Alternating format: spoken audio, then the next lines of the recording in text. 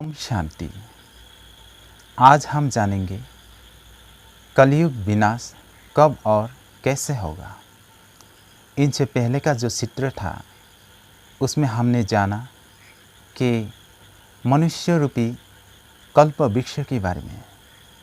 कल्प वृक्ष की जो विस्तार था उसमें दिखाया गया कि मनुष्य रूपी सृष्टि में कैसे आत्माएं परम धाम से आकर के जनसंख्या को वृद्धि पाते हैं और अंत में फिर से महाविनाश हो करके सतयुग कैसे शुभारंभ होते हैं।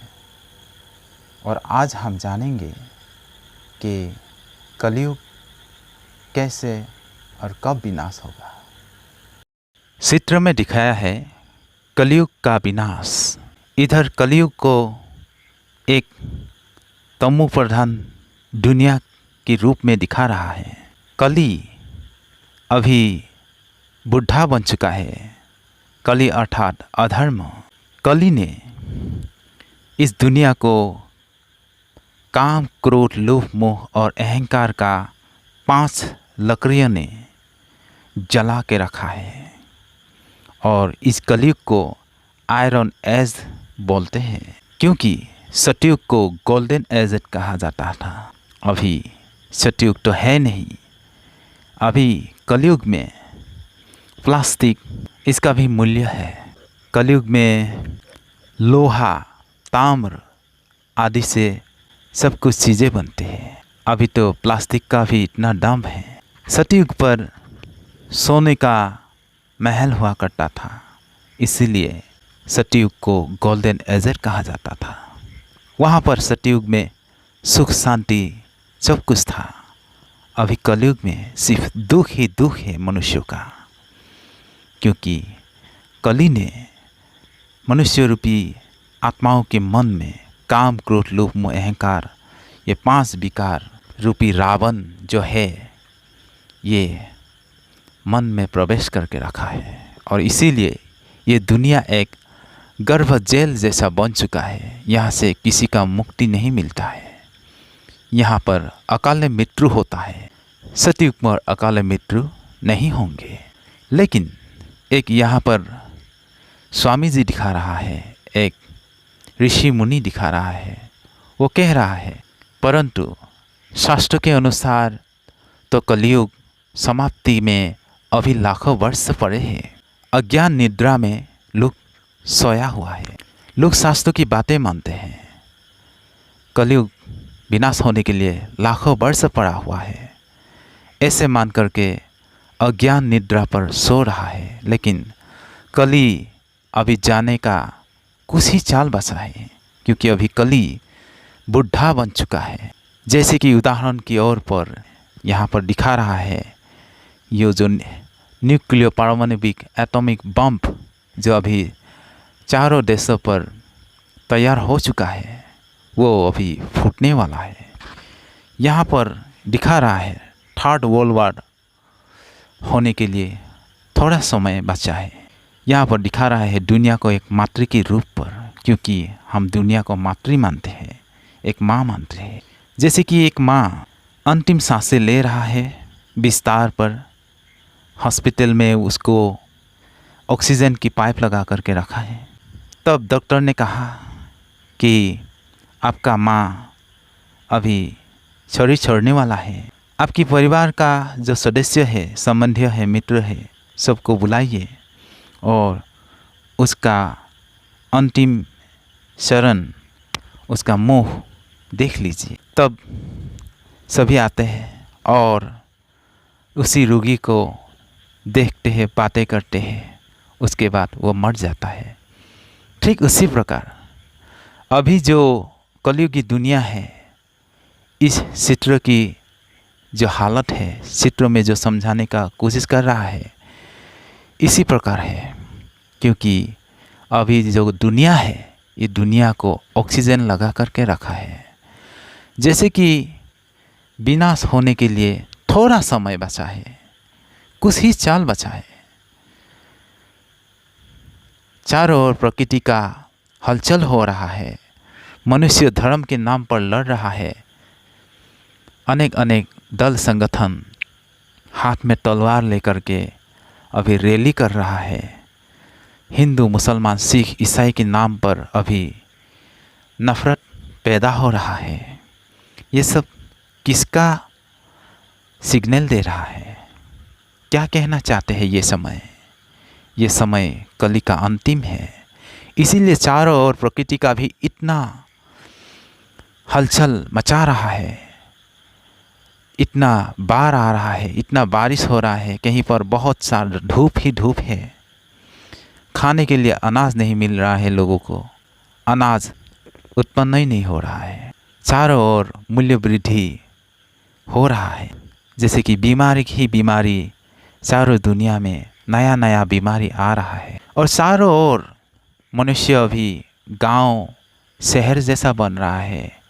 गांव गांव पर लोगों का मकान बन रहा है, गांव शहर के रूप ले रहा है। शहर का तो बात ही छोड़िए, बड़ी बड़ी इमारतें बनते ही जा रहा है। इसीलिए ये कलयुग में बहुत सारा लोग होने के कारण दुखी है। चारों ओर ऐसा ही महल घर बन रहा है। तब लोग कहाँ पर खेती करेगा? खेत करने के लिए जगह ही नहीं है। अभी पेट्रोल का भी खत्म होने का टाइम आ रहा है। इसी प्रकार कलयुग खत्म होने का टाइम आ रहा है। लेकिन मनुष्य सोचते हैं कि मौज मस्ती करो, इसीलिए आप जागिए। जैसे कि चित्र में दिखा रहा है, मनुष्य कुंभकर्ण की निद्रा पर सो रहा है।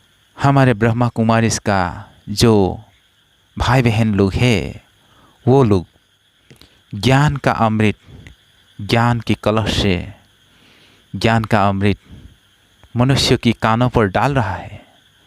लेकिन मनुष्य एक कान से ये ज्ञान की बातें सुनते हैं, दूसरे कान से निकाल देते हैं, जैसे कि कुंभकर्ण की निद्रा पर सो रहे हैं। इसीलिए यहाँ पर दिखा रहा है, महाविनाश सामने खड़ा है, जागो, सावधान, अज्ञान रूपी निद्रा से जागो। अर्थात मनुष्य जो कुंभकर्ण की जैसा सो रहा है, कुंभकर्ण रूपी मनुष्य को जागने को कहा है। क्योंकि परमपिता परमात्मा शिव निराकार ज्योति बिंदु अभी इस धरा पर अवतरित हो चुका है और दिव्य ज्ञान सहस्र राज्य के द्वारा, पवित्रता की बल के द्वारा इस सृष्टि पर सतयुग का शुभारंभ करने जा रहा है। सतयुग तभी आएगा जब ये पुराना दुनिया जो है, दुखी अशांति वाले जो पुरानी दुनिया है, ये दुनिया जब खत्म होगा तभी आएगा। इसीलिए ये दुनिया और कुछ ही साल के बाद समाप्त हो जाएगा। उसके बाद नए युग आएगा। समाप्त माना विश्व रूपी ग्लोब तो ऐसे ही रहेगा, लेकिन थर्ड वर्ल्ड वार होंगे, चारों ओर भूकंप आएगा, सुनामी आएगा, लोग जात पात के नाम पर लड़ाई लड़ेगा। इसी प्रकार कलयुग का विनाश हो जाएगा। उसके बाद सतयुग पुनर् इस भारत भूमि पर आने ही जा रहा है। कुछ ही साल बाद हम इस भारत भूमि पर सतयुग को देखेंगे। आज आपने जाना कि कलयुग का विनाश कैसे होगा। बहुत सारे लोग ये सोचते हैं कि कलयुग विनाश होने के लिए बहुत टाइम बचा है। शास्त्र अनुसार बहुत लाखों वर्ष पड़ा हुआ है बोल के मानते हैं। लेकिन अभी तो विज्ञान ने भी ऐसा टाइम सेटिंग करके रखा है कि कलयुग का विनाश होना ही है। कब होगा? जो अमेरिका यूके में एक बड़ा सा फ्यूचर का घड़ी बना करके रखा है और उस घड़ी का नाम है रिवर्स क्लॉक। और उस क्लॉक में यही समझाने का कोशिश कर रहा है कि फ्यूचर में हमारा जो अभी का प्रकृति का 5 तत्व जैसे पानी, वायु, इन सभी को व्यवहार का उपयोगी यथार्थ रूप से कब तक चलेगा, इसका परसेंटेज और कितना बचा है, इसके बारे में विज्ञान ने एक तुलनामूलक घड़ी बना के रखा है। उस घड़ी का वर्णन में कहते हैं कि ये जो हवा है इसका भी कुछ ही साल में प्रदूषित तो होने वाला है, और यहाँ का जो ऑक्सीजन मनुष्यों को बहुत तकलीफ देने वाला है। अभी जो मुद्रास्फीति में जो मूल्य वृद्धि हो रहा है, इसका ये सिग्नल है। अनाज उत्पादन कम हो रहा है, इसीलिए अभी मूल्य वृद्धि को पा रहा है, और इस कलयुग का अभी अति में जा रहा है। मानव का मन बदल रहा है, धर्म के नाम पर लोग लड़ रहे हैं। आने वाला कल में हम ये एक परिवर्तन के रूप में देखेंगे, और सतयुग इस धरा पर बहुत जल्द आ जाएगा। इस चित्र के बाद हम अगले चित्र में जानेंगे रावण राज्य क्या है। क्या रावण अभी भी जिंदा है? हाँ, रावण अभी भी जिंदा है। रावण कहाँ पर जिंदा है?